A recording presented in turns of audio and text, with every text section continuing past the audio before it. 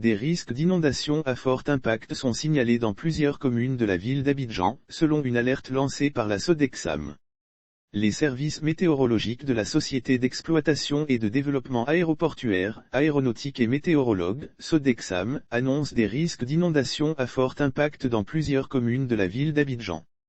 4 communes menacées selon Police Secours, qui relaie une alerte de la Sodexam. La vigilance orange est lancée.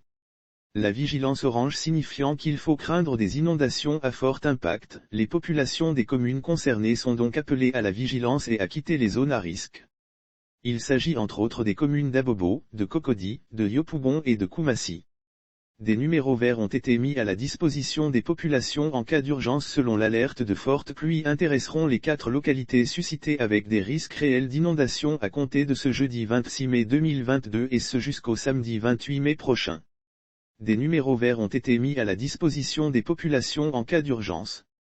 Pour le groupement des sapeurs-pompiers militaires, GSPM, les secours recommandent d'appeler au 01 01 80 13 28.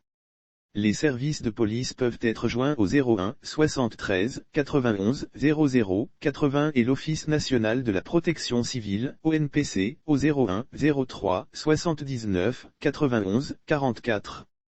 Pour rappel, des pluies diluviennes s'abattent depuis la mi-mai dernier sur Abidjan ainsi que dans plusieurs villes de l'intérieur du pays.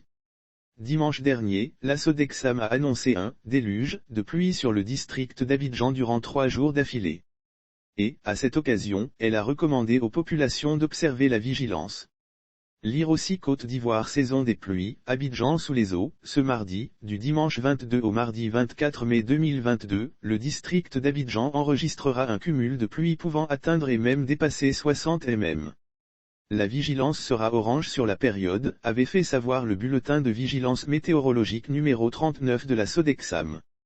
Depuis le début de la saison des pluies, au moins 2 décès ont été enregistrés ainsi de nombreux dégâts matériels.